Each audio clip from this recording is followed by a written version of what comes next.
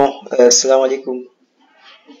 maa ngi tudd Adama Ndiaye, fondateur de la plateforme éducative des lycées du Sénégal, des universités du Sénégal, guide d'orientation des nouveaux bacheliers, les collèges du Sénégal, le miroir du savoir sénégalaise et en même temps étudiant en licence 1, en licence 2 en administration économique et sociale à l'université Cheikh Hamidou Kane ex-UVS.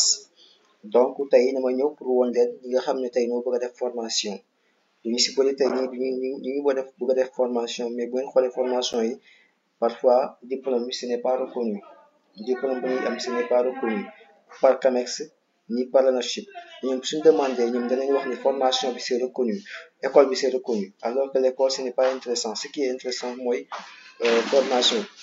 Su ngeen demee Google ngeen bind orientation Campusen orientation Campusen après ngeen bës noonu fu ngeen bësee comme ni da lay yóbbu directement site bi. Léegi nag su ngeen ñëwee fii comme ni ngeen ko gisee nii au lieu ngeen bës Campusen fii ngeen bës chercher information su ngeen bësee chercher information ni lay afficher li nga xam moom ngeen gis nii. Léegi nag fii ngeen ñëw ngeen bës catalogue des formations en vert, catalogue des formations fa ngeen bës. Su ngeen cliquer catalogue des formations ne leen woon les 14 régions yi nga xam ne tey formation mu ngi ko defee foofu noonu. Léegi nag pour mu gën a recherche pour mu gën a gaaw mun ngeen ñëw fii par exemple fii nii si barre de recherche bi mbala ngeen jaar fii ngeen choisir benn région. Par exemple su ngeen choisir Thiès par exemple ngeen bës si recherche léegi su ngeen bësee recherche nga leen afficher toutes les formations yi nga xam moo disponible foofu noonu. Léegi nag fii moom recherche globale la Saint-Louis, Thiès, maanaam toutes les régions moom la leen di wan nii. Léegi par exemple dafa am formation yi ce n'est pas reconnu. Par exemple su ngeen bësee fii nag mooy gën a gaaw nii di ngeen am au moins un lot de 100. Léegi su ngeen bësee nii fépp fu ñu leen bindal CAMEX la xamal ne le diplôme est reconnu.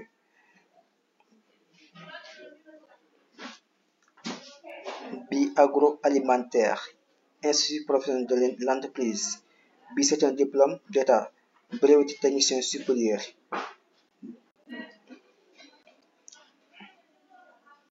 Léegi nag fi ngeen di xool di ngeen xam quels sont les diplômes qui sont reconnus.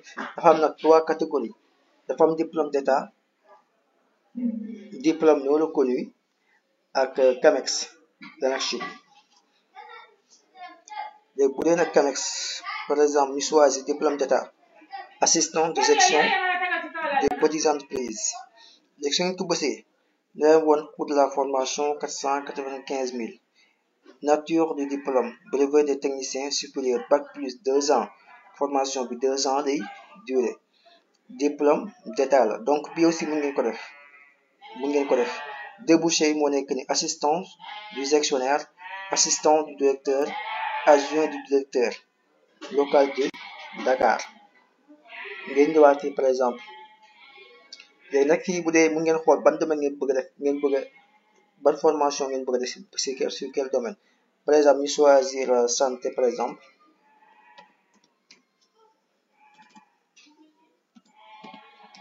Santé ngeen bës barre de recherche.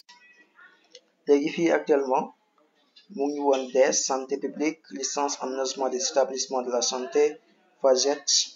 Donc mu ngi nii yi moom université la master en santé du travail université Anta Diop. Léegi nag fii mun ngeen jaar tamit fii mun ngeen demaat encore ngeen bës fee bu dee bëgg leen ko defee dans au niveau des universités publiques privées ngeen bëgg a dem. Donc mun ngeen def par exemple infirmier léegi mu affiché leen ngeen bës si barre de recherche bi. Léegi fii dina leen woon les formations qui sont reconnues par CAMEX et non reconnues. Donc fii actuellement on a 13 formations qui sont affichées comme diplôme d'État.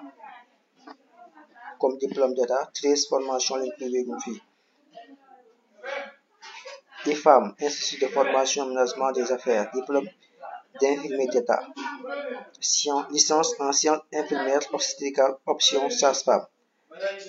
ISEM, Institut africain de santé moderne. Donc formation yi moo nekk nii yi nga xam ne moo disponible. Les diplômes d'État yii la école yii la léegi nag Mbour par exemple bu choisir Mbour, licence en sciences infirmières option infirmier. léegi fii ni comme ni fi ngeen teg nii fi ngeen teg ngeen bës mu affiché leen toutes les informations nécessaires. léegi fii formation bi type de formation la en école privée, formation privée la école privée la, formation en présentiel lay doon tamit. Diplôme accréditation diplôme d'état la donc yow état mën na la embaucher, c'est un diplôme d'état. Nature du diplôme: brevet de technicien supérieur bac plus 2 moom mooy tax nga am brevet de technicien supérieur moom na bac plus 2. Coût de la formation 650 000 francs par année. 650 000 francs par année mooy coût de la formation. maanaam booy def formation première année 650 000 di ko fere, deuxième année 650 000 di ko fere, troisième année aussi c'est la même chose. Donc public ciblé étudiant tout bac ou diplôme équivalent. maanaam ku nekk série S, série G, série L prime loolu yëpp ñoom mën nañ ko def, mën nañ def formation bi. léegi nag fii ngeen xool condition d'entrée, étude de dossier. képp ku dugg di nga déposer benn dossier ñu étudier sa dossier bu la waree mën a jël dina la jël notifié la ne vous êtes sélectionné, mën nga ñëw def remplir les critères nga ñëw inscrire. donc formation présentielle, formation en temps plein et stage obligatoire. soo defee formation bu pare après stage da si topp. stage nag c'est obligatoire ndax formation c'est pratique, c'est théorique. après su ngeen defee cas théorie, pratique moo si topp. pratique boobu nag au niveau des cliniques, centre de santé, poste de santé, cas de santé fa ñu koy defee. donc débouché: marché de l'emploi public, mën nga liggéey dans le secteur public, mën nga liggéey dans le secteur privé. donc fii aussi c'est localité Mbour la waaw. donc mu ngi noonu. donc fii di ngeen xam actuellement ndax ñu si bëri dañuy demander formation mais duñu xam est-ce que formation bi diplôme bi c'est reconnu ou pas.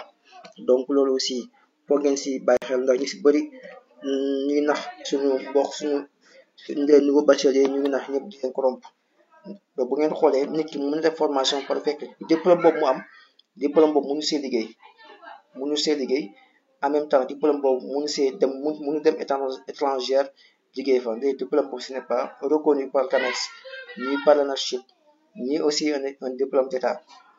parfois ñu wax leen ñoo nax leen ne diplôme bi c'est ñu wax leen école bi. parfois nit élève ni demandé wala ñu bachelier demandé est-ce que école bi c'est reconnu. boo waxee école c'est reconnu loolu moom tous les écoles de formation sont reconnues certainement, mais li si ëpp solo mooy diplôme bi da nga def formation pare ñu wax la diplôme bi nga am ni baaxul, loolu aussi yàq bu rëy. donc loolu si ngeen bàyyi si xel bu baax. Adama Ndiaye la, képp ku si bëgg information leer su ngeen ma contacter ñu lay guider. donc sama numéro moo nekk 78 128 39 78 128 39 78. donc foofu ngeen di jaar pour mën a xam les diplômes d'état, les diplômes non reconnus, les diplômes accrédités par CAMEX, l'ANAQ-Chip. donc loolu ngeen war a xam ngeen préparé wu. képp kuy def formation mu xam lii balaa ngeen def formation def leen ay recherche mais bu leen tëb rek gis école. ndax aussi affiche parfois nit mën na def affiche bu nice nga yaakaar ne école bi c'est un meilleure école alors que école bi lu lay afficher ak li nga fa fekk ce n'est pas la même chose. donc il faut faire très attention. donc lii aussi il faut partager. Il ne faut pas garder cette vidéo mais il faut partager pour qu'on puisse pour que vous puissiez aider les autres aussi. Donc voilà. Merci.